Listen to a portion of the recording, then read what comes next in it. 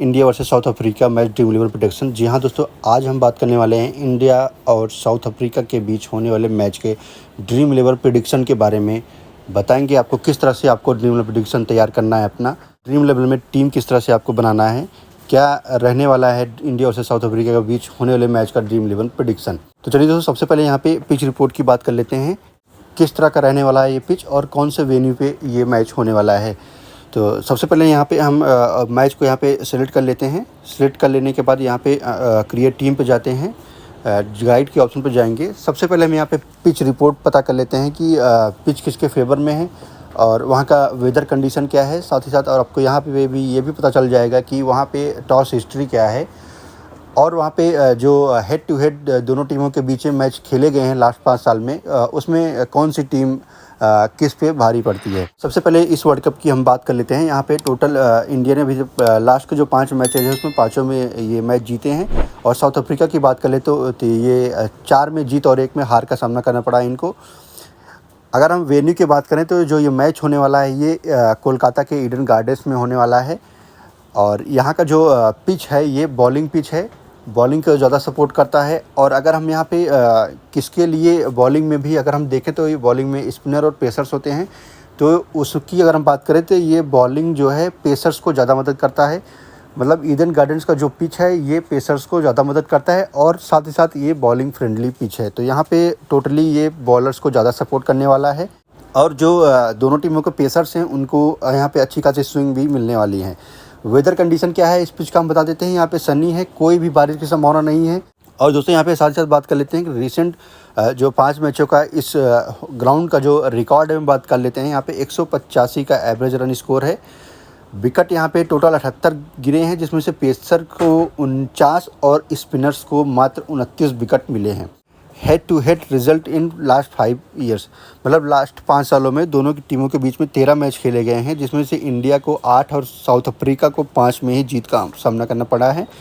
Toss history की अगर हम बात कर लेते हैं दोस्तों, यहाँ पे लास्ट के 5 सालों में जो टॉस विनर ऑप्शन है बैटिंग फर्स्ट का ऑप्शन है और टॉस बैटिंग फर्स्ट का जो 33% ही बार जीत मिली है। तो इससे ये अंदाज़ा लग जाता है कि जो भी टॉस जीतेगा पहले बॉलिंग का ही ऑप्शन चूज़ करेगा।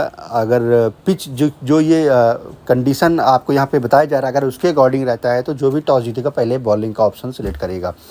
दोनों ही टीमें अच्छी हैं, दोनों टीमें अच्छे परफॉर्म कर रहे हैं, दोनों ही टीमें टेबल टॉपर हैं और दोनों ही टीमों में अच्छे खासे और टॉप क्लास के पेसर्स मौजूद हैं दोनों टीमों में। अगर साउथ अफ्रीका की बात करें तो उसमें लुंगी एंगेडी, रबाडा, मार्को यानसेन, इस तरह के इनके पास अच्छे पेसर्स अवेलेबल हैं। और इंडिया की बात करें तो इंडिया में भी जसप्रीत बुमराह, मोहम्मद शमी, सिराज के रूप में अच्छे खासे पेसर्स अवेलेबल हैं। तो इस दोस्तों यहाँ से एक अनुमान लगता है कि जो ये पिच है बॉलिंग फ्रेंडली है, साथ ही साथ पेसर्स को ज़्यादा मदद मिलने वाली है यहाँ पे। और यहाँ का एवरेज स्कोर है 185। टोटल 78 विकेट गिरे हैं, 49 पेसर्स को मिले हैं। मतलब यहाँ पे जो आपका ड्रीम 11 टीम तैयार होगा वो इसके अकॉर्डिंग ही तैयार होना है। किस तरह का आपको पेसर सेलेक्ट करने हैं, किस तरह से आपको अपने ऑलराउंडर सेलेक्ट करने हैं, किस तरह से आपको अपने बैट्समैन सेलेक्ट करने हैं, ये सब आपको यहाँ से अनुमान लगभग लग चुका होगा। चलिए बात कर लेते हैं कि ड्रीम 11 टीम किस तरह का हमारा रहेगा। सबसे पहले हम बात कर लेते हैं यहाँ पे विकेट कीपर की। तो हमारे पास विकेट कीपर में 3 ऑप्शन में है, Quinton de Kock, Heinrich Klaasen, Rahul. तो यहाँ से आपके पास ये जो तीनों ऑप्शन हैं आपका तीनों ही ऑप्शन परफेक्ट सूट करता है आपके ड्रीम 11 टीम में। क्योंकि अगर आप जब तीनों प्लेयर के प्रोफाइल पे क्लिक करके उनका रिकॉर्ड चेक करेंगे तो सबसे पहले क्विंटन डिकॉक यहाँ पे 115.29 एवरेज पॉइंट इनका है पर मैच में और लगातार ये परफॉर्मेंस दे रहे हैं। लास्ट के 3 मैचों में तो काफ़ी अच्छा परफॉर्मेंस रहा है। इस तरह से अगर हेनरिच क्लासेन की बात करें तो हेनरिच क्लासेन का जो एवरेज पॉइंट है 71.71% है। इसके बाद हम यहाँ पे लोकेश राहुल की बात कर लेते हैं तो केएल राहुल के 55.14 के एवरेज पॉइंट है। थोड़ा सा बैटिंग इनका डीप हो जाता है और अभी तक ऐसे मैचेस नहीं हुए टीम इंडिया के जिसमें बहुत ही हाई स्कोरिंग गेम है और रन चेस करते वक्त जो टीम इंडिया की बैटिंग लाइनअप है वो ज़्यादा डीप गई हो। 2 या 3 नंबर तक ही ये लोगों ने अभी तक मैच फिनिश किया है। तो इस वजह से केएल राहुल का जो बैटिंग है काफ़ी डीप हो जाता है। तो दोस्तों इस तरह से हमें जो विकेट कीपर सेलेक्ट करना है, यहाँ से हम क्विंटन डिकॉक के साथ जाते हैं। अभी हम कुछ चेंजेस करेंगे विकेट कीपर में, कुछ इनको हो सकता है हम यहाँ पे हेनरिच क्लासन और लोकेश राहुल दोनों के साथ जा सकते हैं। सबसे पहले हम यहाँ पे विकेट कीपर एक हमने सेलेक्ट कर लिया। बैट्समैन की बात कर लेते हैं तो रोहित शर्मा विराट कोहली में हमेशा हमने बताया कि इसमें नो डाउट है, आप दोनों प्लेयर को ले सकते हैं। खासकर रोहित शर्मा ईडन गार्डन्स के पिच पे बहुत ही अच्छा ट्रैक रिकॉर्ड है इनका। वेन डेरसन की हम बात कर लेते हैं, 465 पॉइंट इनके पास है। वेन डेरसन के साथ भी जा सकते हैं हम। गिल 300 पॉइंट है। अय्यर 332 पॉइंट है इनके पास। अय्यर के अगर हम यहाँ पे परफॉर्मेंस देखें तो यहाँ पे आपको एक चीज़ नोटिस करना होगा कि देखिए यहाँ पे न्यूजीलैंड, बांग्लादेश के और पाकिस्तान, साथ ही साथ इंग्लैंड के खिलाफ अय्यर का आपने क्रेडिट पॉइंट देखा होगा 8 था, लेकिन श्रीलंका के खिलाफ इनका जो क्रेडिट पॉइंट था डाउन कर दिया गया था, 7.5 कर दिया गया था।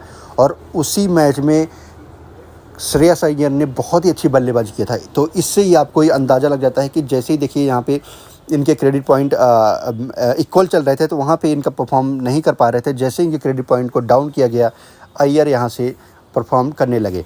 तो ये आपको श्योर है कि श्रेयस अय्यर आज का इस मैच में परफॉर्म करने वाले हैं, क्योंकि इनका क्रेडिट डाउन किया गया है। तो अभी भी 7.5 ही है, तो इस तरह से चांसेस हैं अय्यर के परफॉर्मेंस करने के। तो हम अय्यर के साथ भी जाते हैं। अब अगर हम ऑलराउंडर की बात कर लेते हैं तो ऑलराउंडर में एडन मार्करम, मार्को यानसेन और इधर से हम रवींद्र जडेजा को सेट कर लें। बॉलिंग की बात करें तो जसप्रीत बुमराह, मोहम्मद शमी और कगिसो रबाडा। यहाँ से हमने 3 प्लेयर सेलेक्ट कर लिया। तीनों ही जो पेसर्स से अच्छे फॉर्म में हैं। हम यहाँ पे इनके साउथ अफ्रीका के पास 2 पेसर्स हैं और इंडिया के पास भी 2 पेसर्स आ चुके हैं। इस तरह से जो बैटिंग हमने सेलेक्ट किया है इस प्रकार है। यहाँ से हमें कुछ चेंजेस कर सकते हैं हम। ऑलराउंडर की बात करें तो रवींद्र जडेजा को आप यहाँ से रिमूव कर सकते हैं, क्योंकि जो ये पिच है ये पेसर्स को ज़्यादा मदद करता है। तो रवींद्र जडेजा को अच्छा खासा मदद नहीं मिलने वाला है इस पिच पे, तो इसको अभी हम रिस्क लेके इनको रिमूव कर सकते हैं। बॉलिंग में आप ऑप्शन बढ़ा सकते हैं, या फिर आप यहाँ से एक बैट्समैन और ऐड कर सकते हैं अपनी टीम में। लाइक हमारे पास केएल राहुल के साथ आप जा सकते हैं। तो विकेट कीपर हमने केएल राहुल को सेलेक्ट कर लिया है। तो जो 11 हमारे तैयार हुए हैं, यहाँ पे हम नेक्स्ट पे क्लिक करते हैं। यहाँ पे Quinton de Kock, KL Rahul, Virat Kohli, Rohit Sharma, डेरसन, Iyer, Marco Jansen, Markram, Jasprit Bumrah, Mohammed Shami, Kagiso Rabada. तो इस तरह का हमारा प्लेइंग 11 में कुछ चेंजेस आपको यहाँ पे देखने को मिलेंगे। अगर कोई भी प्लेयर की अनअवेलेबिलिटी होती है तो वहाँ से आपके जब टॉस होता है उसके बाद लाइनअप आउट होगा, वहाँ से आप चेक कर सकते हैं। कैप्टन की बात कर लेते हैं तो सबसे टॉप मोस्ट प्रायोरिटी पे हम रोहित शर्मा के साथ जाते हैं। वाइस कैप्टन की बात कर लेते हैं तो हम यहाँ पे क्विंटन डिकॉक के साथ जाते हैं। ये आपका ग्रैंड लीग का कैप्टन और वाइस कैप्टन हो गया। अगर आप स्मॉल लीग लगा रहे हैं तो उसमें भी आप रोहित शर्मा को कैप्टन और वाइस कैप्टन आप विराट कोहली को बना सकते हैं, या आप वाइस कैप्टन मार्को यानसन को बना सकते हैं।